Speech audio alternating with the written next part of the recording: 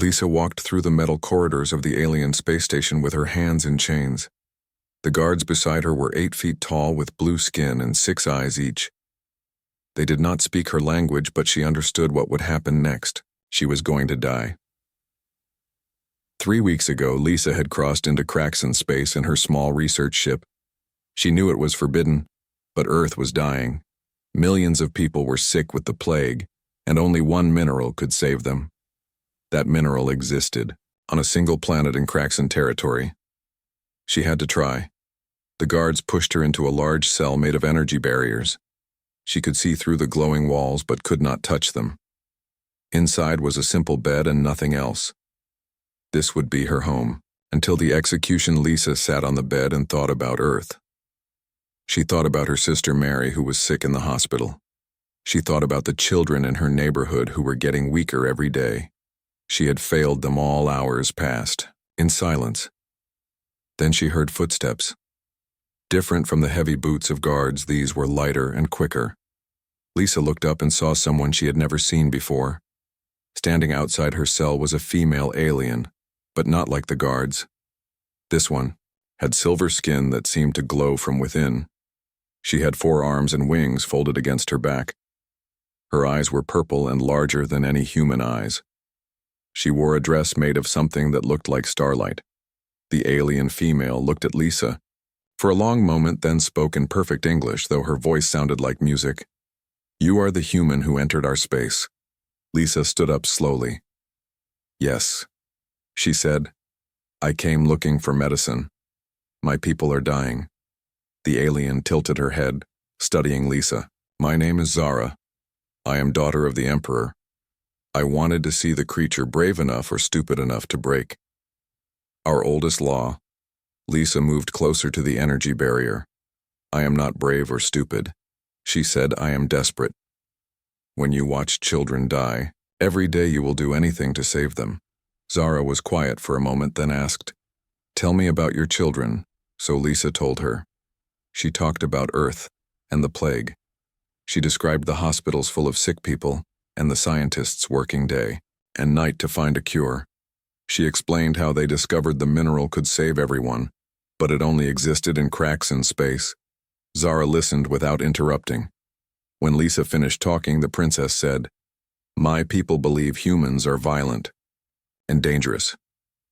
We fought a war with Earth 10 years ago. Many died on both sides." Lisa nodded. "I know about the war, but I am not a soldier. I am a scientist. I came here to save lives, not take them." For the next hour, they talked. Zara asked questions about human culture, and Lisa answered. She talked about music and art and the things humans did for fun. Zara seemed fascinated by everything, especially when Lisa described love and friendship. "My people do not have these things anymore," Zara said. "We conquered 1,000 worlds. We are strong, but we have forgotten how to be gentle." Before leaving, Zara promised to return the next day. Lisa watched her go and felt something she had not felt since her capture. Hope true to her word. Zara came back the next evening, and every evening after that, they talked for hours through the barrier. Lisa taught her human songs, and Zara showed her how her 4 arms could create beautiful patterns in the air. They laughed together, which confused the guards who had never heard their princess laugh. On the 10th day, Zara brought something with her.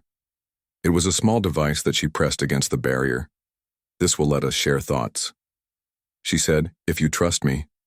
Lisa did not hesitate. She pressed her hand against the barrier where Zara held the device. Suddenly, she could feel what Zara felt. She could sense the loneliness of being a princess in a culture that valued only strength. She felt the curiosity that burned in Zara about other worlds and other ways of living. And Zara felt what Lisa felt. The love for her dying sister. The desperation to save her people. The fear of dying so far from home. But also the growing warmth she felt every time Zara visited. They pulled their hands back and stared at each other. Everything had changed in that moment. Zara visited earlier the next day and stayed later. They talked about their dreams. Lisa described the ocean on Earth and promised to show it to Zara someday. Zara told Lisa about the 3 moons of her homeworld and how they danced across the sky. On the 15th day, Zara did not come. Lisa waited and worried. The guards brought her food but would not answer her questions. Finally, on the 16th day, Zara appeared, but she looked different. Her silver skin was duller and her purple eyes were sad. "My father has set your execution for tomorrow," she said.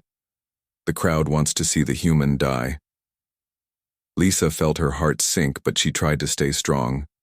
"Thank you for being my friend," she said. "These weeks with you have been worth everything." Zara pressed all 4 of her hands against the barrier. "You taught me something I thought was impossible," she said. "You taught me that love can exist between any beings who choose it." Lisa put both her hands against the barrier, matching where 2 of Zara's hands pressed. "What will happen to you after tomorrow?" she asked. Zara smiled, but it was sad. "I will remember you always, and I will try to teach my people what you taught me. That strength without love is not strength at all." They stayed like that for a long time, hands pressed against the barrier that separated them. Neither wanted to say goodbye.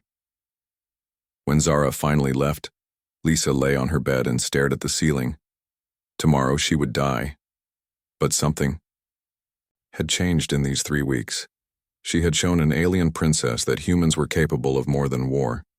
She had planted a seed of change even if she would not live to see it grow. The guards came for her at dawn. The guards took Lisa through long hallways she had never seen before. Other aliens stopped to stare at her. Some pointed with multiple arms, and others whispered in languages she did not understand. She was the first human they had ever seen, and the last they expected to see alive. The hallway opened into sunlight that was not really sunlight.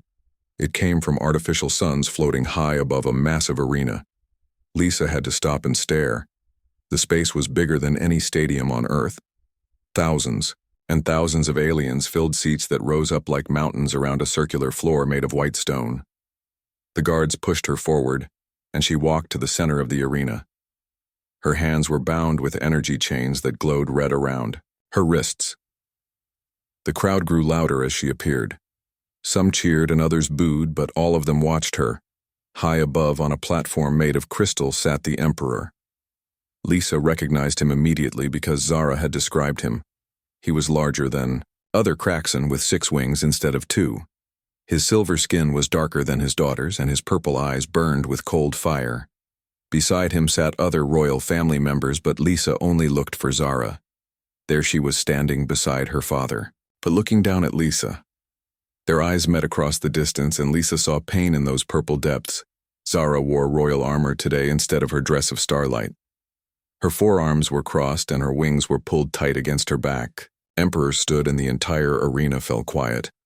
His voice boomed across the space without any technology to help it. "Human. Lisa Morgan, you have broken our most sacred law. No member of your species may enter Kraxan space. The punishment is death." Lisa lifted her chin and spoke as loudly as she could. "I came seeking medicine to save my people. I did not come as an enemy." The Emperor waved one arm. "Your reasons do not matter. The law is the law." A door opened in the arena wall, and the executioner entered. Lisa had to force herself not to step back. He was 12 feet tall and covered in scales that looked like black armor. His teeth were longer than her fingers, and his claws scraped against the stone floor as he walked. Each step shook the ground. Crowd roared with excitement. They had not seen an execution in years, and never of an alien from Earth. The executioner carried no weapon because he did not need one. His hands alone could tear through. Still, Lisa looked up at Zara one more time. The princess was gripping the railing of the platform so hard that the metal was bending. Her father said something to her, but she did not respond. Her eyes never left Lisa. The executioner stopped 10 feet from Lisa and waited for the Emperor to give the final command. The crowd grew quiet again, waiting for the moment. The Emperor raised his hand and began to speak the formal words of execution. But before he could finish, Zara moved. She did not use the stairs. She jumped from the platform, spreading her wings wide. The crowd gasped as one. Nobody had ever interrupted an execution before. Nobody had ever dared. Zara landed between Lisa and the executioner, her wings still spread to create a barrier. She stood tall and faced the massive creature, who could kill her as easily as he could kill Lisa. "Stand aside, princess," the executioner said in a voice like grinding stone. "No," Zara said simply. The Emperor flew down from the platform, his 6 wings creating a wind that made Lisa stumble. "Daughter, what are you doing?" he demanded. Zara turned to face her father but kept her body between Lisa and danger. "I invoke the right of protection," she said. "This human is under my guard." The crowd exploded in noise. Some shouted in anger and others in confusion. The right of protection had not been used in 500 years. It was an ancient law that allowed a royal to claim any being as their personal responsibility. "You cannot protect an enemy," the Emperor said, his voice shaking with rage. "She is not my enemy," Zara said. She walked backward until she stood directly in front of Lisa, close enough that Lisa could feel the heat from her silver skin. Then she said words that changed everything. Words that no Kraxan had said to an outsider in 1,000 years of conquest. "I love you, human." The arena fell completely silent. Not a single being moved or breathed. The executioner stepped back in shock. The Emperor stared at his daughter as if she had gone insane. Zara turned around to face Lisa and repeated, the words looking directly into her eyes. "I love you, Lisa Morgan of Earth." Lisa felt tears run down her face. She had known something was growing between them during their talks, but hearing it said out loud in front of thousands made it real. Despite the chains on her wrists, she stepped forward. "I love you too, Princess Zara of Kraxan," she said. The Emperor found his voice. "You would choose this human over your own people?" he asked his daughter. Zara reached out with all 4 arms, and the energy chains around Lisa's wrists shattered. She took Lisa's hands in 2 of hers while her other 2 arms remained ready to fight.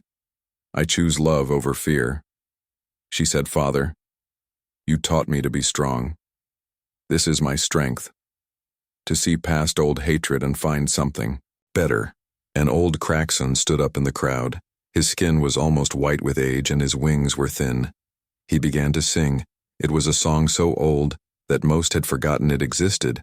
A song from before the Kraxan became conquerors, when they still knew art and beauty and love. Another elder joined him, then another. Soon dozens of old Kraxan were singing the ancient melody. It spoke of connection between different beings, of understanding across the darkness of space, of love that could bridge any gap. The younger Kraxan listened in wonder. They had never heard these songs. Their culture had buried them under centuries of war and conquest. But now they rose again, brought back by a princess and a human standing together. The Emperor listened to the singing, and something in his expression changed. He looked at his daughter holding the human's hands. He saw the way they looked at each other. He remembered his own mate who had died in the war with Earth 10 years ago. She would have liked this human. He realized she would have understood what their daughter was doing. The singing continued to spread through the arena.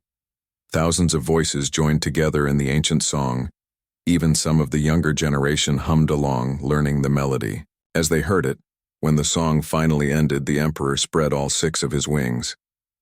The arena fell quiet again, waiting for his judgment. He looked at Lisa and spoke in a softer voice than before. "Human Lisa Morgan, you entered our space illegally, but you also showed my daughter something I thought impossible. You showed her that connection can exist between any beings who choose it." He turned to address the entire arena. "The law says no human may enter our space, but it says nothing about a human who is family." The crowd erupted in chaos. Some cheered and others protested, but the Emperor raised his arms for silence. "From this day forward, Lisa Morgan is under royal protection as the chosen companion of Princess Zara. Anyone who challenges this will face me in personal combat." Nobody challenged him. 1 year had passed since the peace treaty. Lisa woke up in her room in the palace with Zara beside her. The 3 moons were setting and the artificial suns would rise soon. She had learned to love this strange rhythm of day and night. A urgent knocking at their door broke the morning quiet. Zara opened it with one of her 4 arms while the others stretched. A young Kraxan guard stood there looking worried. "Princess Zara, The outer colonies are reporting strange ships. They are not Kraxan and not human. Something else is coming. Lisa and Zara dressed quickly and ran to the command center. The Emperor was already there, studying the screens that showed the edge of their space. Dozens of ships hung in the darkness, unlike anything Lisa had ever seen. They were black and shaped like thorns, each one the size of a city. The Devourers, someone whispered. Lisa had heard that name in frightened stories. The Devourers were a legend, a species that moved from galaxy to galaxy, taking everything and leaving dead worlds behind. Nobody had seen them for 500 years, and many believed they were just a myth. They are real, the Emperor said grimly, and they are here. The black ships began to move toward the inner planets. They sent no messages and answered no calls. They simply came forward like a storm. How many ships do we have? Lisa asked. Not enough. The Emperor said, they destroy whole civilizations. We need help. Lisa had an idea, a desperate one, but it might work.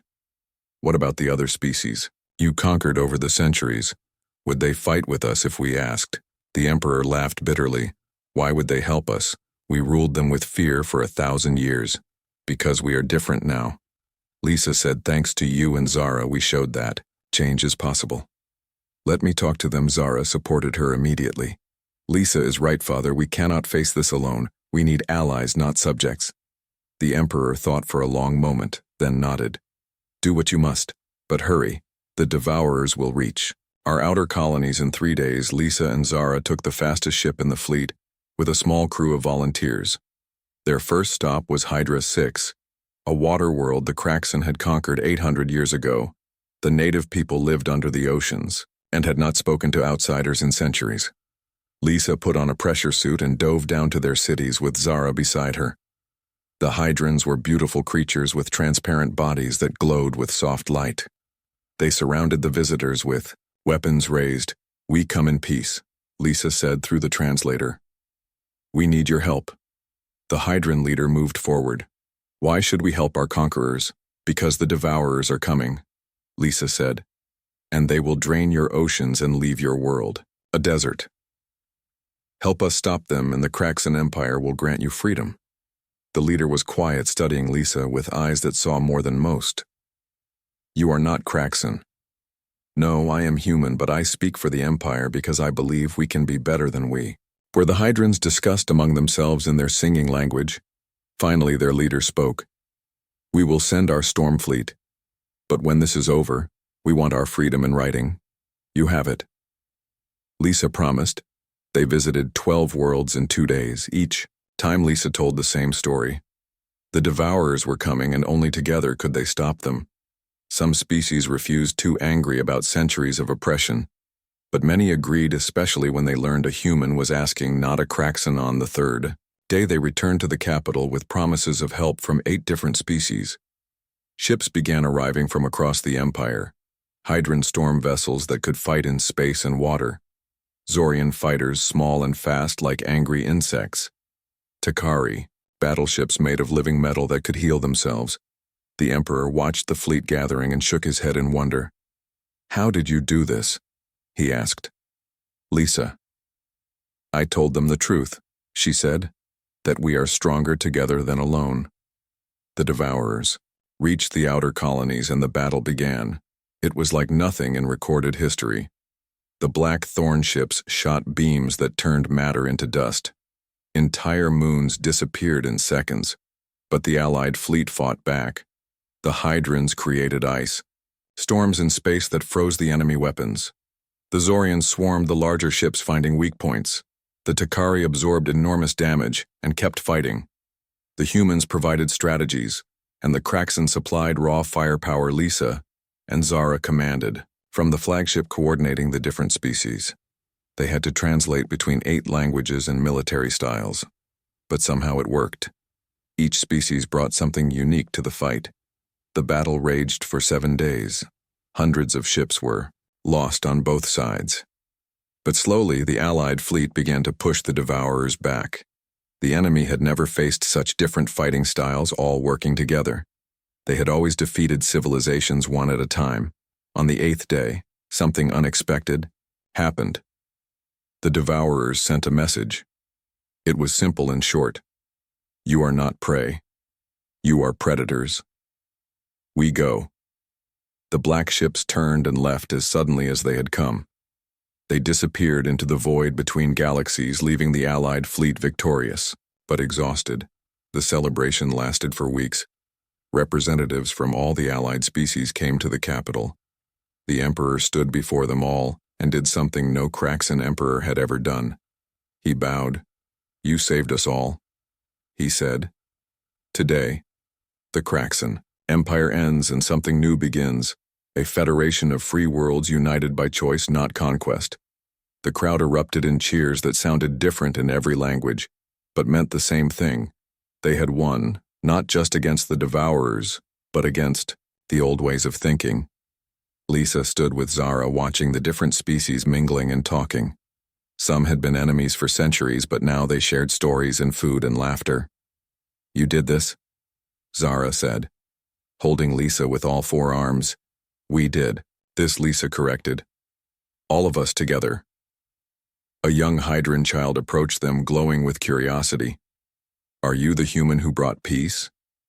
It asked. Lisa knelt down to the child's level. I am one human who believed peace was possible. But it took all of us to make it real. The child touched Lisa's hand with a tentacle that felt like cool water. My parents say you changed the galaxy. Lisa smiled. Not just me. Everyone who chose hope over fear changed the galaxy, A's. The celebrations continued, Lisa thought, about how much had changed in 1 year. She had come to steal medicine and ended up helping create an alliance of worlds. She had been a prisoner and was now a hero. She had been alone and now had a family that spanned the stars. Zara pointed to the sky where Earth hung like a blue jewel. Your people will want to join the Federation. Lisa nodded. Tomorrow we start building a future where no child, human or alien, dies from diseases we can cure, where no species stands alone against the darkness, and where love can grow between any beings who choose it.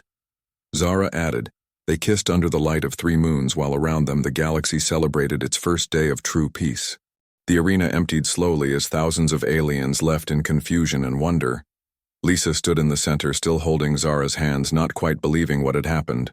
She was alive and free, and somehow she had changed the course of 2 civilizations. The Emperor approached them and Lisa tensed, but his expression was no longer angry. He looked tired and perhaps a little sad. You remind me of someone, he said to Lisa. My mate was curious about other species like you are. She died in the war with Earth. Lisa squeezed Zara's hands and spoke carefully. I am sorry for your loss, Your Majesty. Many good people died on both sides of that war. He nodded slowly, then looked at his daughter. You have chosen a difficult path. Zara. Many will not accept this. I know, Father, Zara said, but you taught me that the difficult path is often the right one. The Emperor turned back to Lisa. You came here for medicine. Tell me about this plague. So Lisa explained again about the sickness killing her people. She told him about the mineral that could cure it, and how it only existed on one planet in Kraxan space. She showed him the data pad she had carried with all the research from Earth scientists. The Emperor studied the information, then called for his advisors. They spoke, in the Kraxan language that sounded like music and thunder mixed together. Finally he turned back to Lisa. The planet you need is called Zirion. It has been a mining world for 300 years. The mineral you seek is what we use for our ship cores. We have more than we could ever use. Lisa felt hope rise in her chest. Then you will trade with us.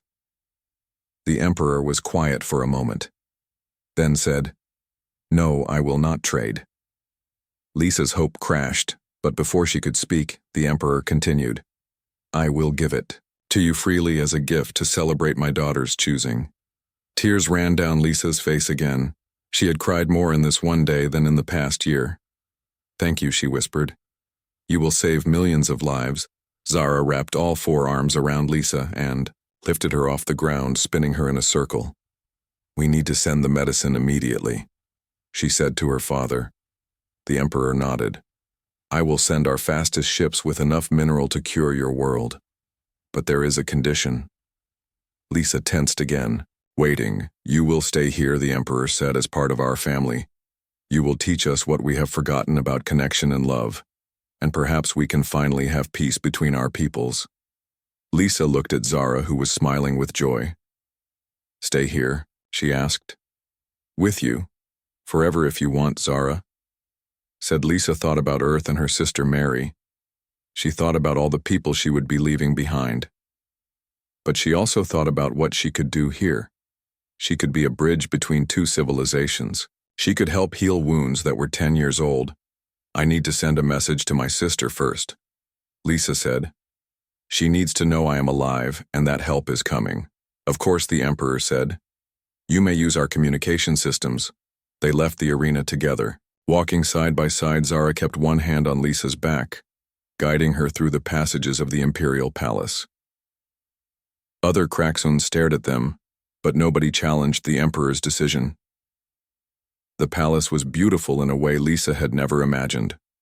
Walls of crystal that sang when touched, floors that looked like captured starlight, gardens floating in zero-gravity bubbles with plants from 100 conquered worlds. This is your home now, Zara said, if you want it.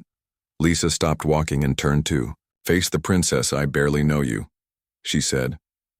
We talked for 2 weeks through a prison barrier. This is happening. So fast. Zara took Lisa's hands again with 2 of her 4 arms. You taught me that. Sometimes you know something is right without needing time to think. My people spend centuries making decisions and forget to actually live. You humans live so briefly but so brightly. She was right. Lisa realized she had known from their first real conversation that Zara was special. Their connection had grown stronger each day until sharing thoughts through the alien device had shown them they were not so different at all. They reached the communication room and Lisa sent her message to Earth. She told them about the medicine coming and about her choice to stay. She asked her sister to understand and promised to find a way to visit someday, while they waited for the ships to be loaded with mineral. Zara showed Lisa more of the palace and the city beyond. The Kraxon people were still suspicious, but curious. They had never seen their princess so happy. Some of the younger ones even approached Lisa to ask questions about Earth. 3 days later, they stood in the launching bay as 20 ships prepared to leave for Earth. Each one carried enough mineral to make medicine for millions. The Emperor himself was sending them as a gesture of peace. Lisa watched the ships disappear into space and felt a weight lift from her shoulders. Her people would live. The plague would end, and maybe this would be the beginning of something better between their species. Zara stood beside her, wings wrapped around them both. What happens now? Lisa asked. Now we teach each other, Zara said.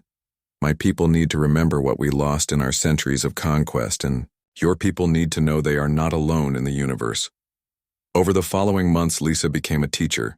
She taught young Kraxon about human art and music. She helped the elders remember their own forgotten songs. She showed them that strength and gentleness could exist together. And Zara taught Lisa too. She learned to fly with mechanical wings the engineers built for her. She learned the Kraxon language and their history. She learned how to navigate their technology and understand their culture. The first Earthship arrived 6 months later. It carried diplomats and scientists, including her sister Mary, who had been cured by the mineral. They met in the same arena where Lisa had almost died, but now it was filled with both species, working toward peace. Mary hugged Lisa, crying with relief. You did it, she said. You saved everyone. Lisa held her sister tight, but her eyes found Zara in the crowd. We saved everyone, she corrected. Together, the peace treaty was signed that day, ending 10 years of hatred between Earth and the Kraxon Empire. It was just the beginning of a new age where love had conquered fear and connection had replaced isolation.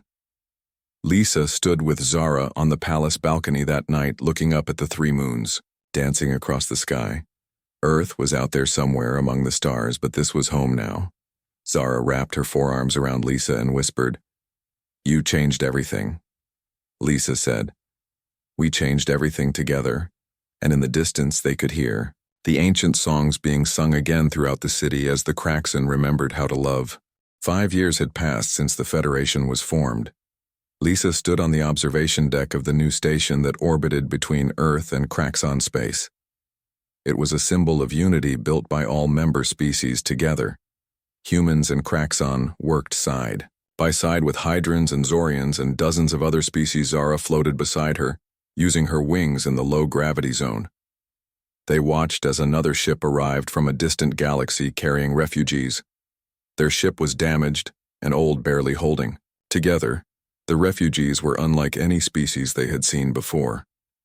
They had crystalline bodies that reflected light in rainbow patterns.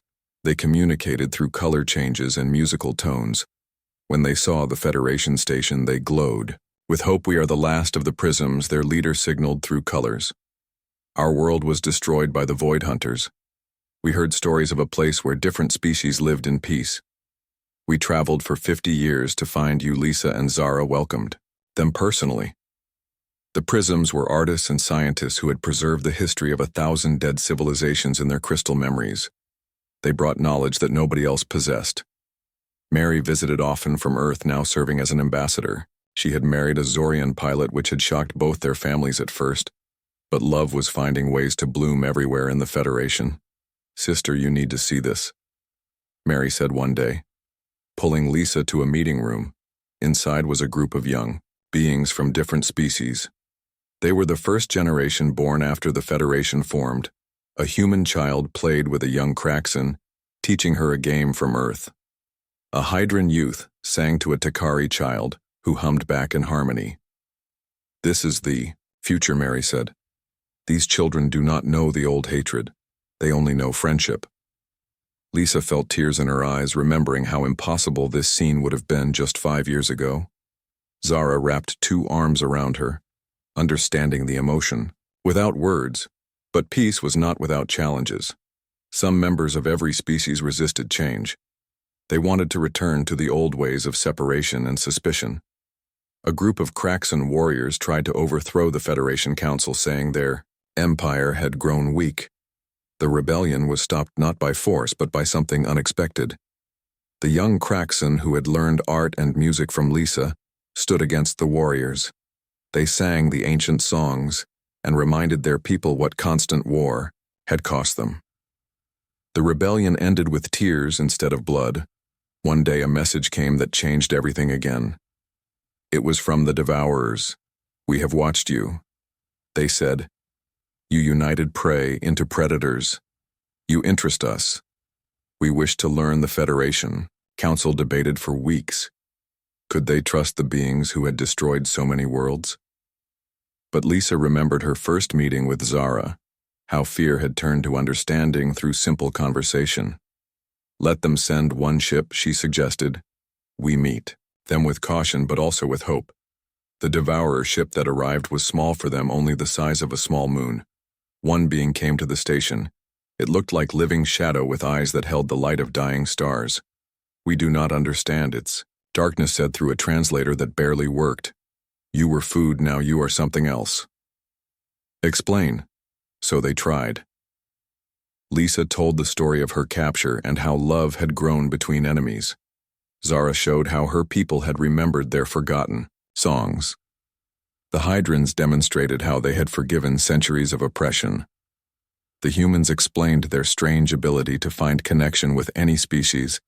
The Devourer listened for days, absorbing everything. Finally it spoke. "We consume because we are empty. We destroyed our own world long ago and forgot everything except hunger. You have shown us that empty things can be filled with something other than food." It was the beginning of the most unlikely friendship in galactic history. The Devourers slowly began to change. They started creating instead of destroying. Their ships became gardens, growing impossible plants from the memory of dead worlds. They shared technology that seemed like magic, helping the Federation heal planets that had been damaged by war. Lisa and Zara adopted a child, a young prism whose parents had died on the journey. The child could project beautiful light patterns and loved hearing stories from both Earth and Kraxan. She called Lisa and Zara her mothers in 3 different languages. The Federation grew to include 50 species, then 100 trade routes connected galaxies that had never known of each other. Diseases were cured by combining medical knowledge from different worlds. Art and music evolved in ways nobody had imagined. But the most amazing change was in how beings saw each other. Species that had been enemies for thousands of years now shared meals and ideas. Children grew up with friends from dozen different worlds. Love grew between beings who looked nothing alike but found connection in their hearts. 10 years after that first day in the arena, Lisa stood before the Federation Council as its elected leader. She was older now, with gray in her hair, but her eyes still held the same determination. She looked at the assembly of 100 different species and remembered when she had stood alone in chains. Now she stood free, surrounded by family that stretched across the stars. "We have proven something important," she said in a voice that carried to every corner of the great hall. "That connection is stronger than division, that love is more powerful than fear, that together we can face any darkness." The assembly erupted in their various forms of applause. Colors, flash songs rang out, wings beat against the air, and tentacles waved in celebration. After the meeting, Zara found Lisa on their favorite balcony. They looked out at the stars that no longer seemed cold and empty, but full of friends and possibilities. "You ever miss the old simple life?" Zara asked. Lisa laughed and pulled Zara close with both arms while Zara wrapped all 4 of hers around Lisa. "Our life was never simple from the moment we met, but I would not change anything." A ship launched from the station carrying young explorers from 20 different species heading to map new galaxies. They would find new civilizations and offer them friendship instead of conquest. They would spread the message that had started with 2 beings choosing love over fear. The child they had adopted ran to them, glowing with excitement and showing them a picture she had drawn with light. It showed the 3 of them standing together with the entire Federation behind them, like a family portrait that covered the stars. "This is us," she said simply. "This is home, Lisa." And Zara looked at their daughter, then at each other, then at the vast Federation they had helped create. "Yes," Lisa said. "This is home, all of it. Every star, every world, every being who chooses connection over isolation." As the 3 moons rose over the station and the artificial suns prepared to set, they stood together, a human, a Kraxan, and a prism. 3 beings from different worlds who had become a family, and around them, the galaxy spun, on filled with more love and hope than it had held in 10,000 years. The arena where it all began had been transformed into a garden where children of all species played together, and sometimes late at night you could still hear the ancient songs being sung now in harmony by voices from across the stars.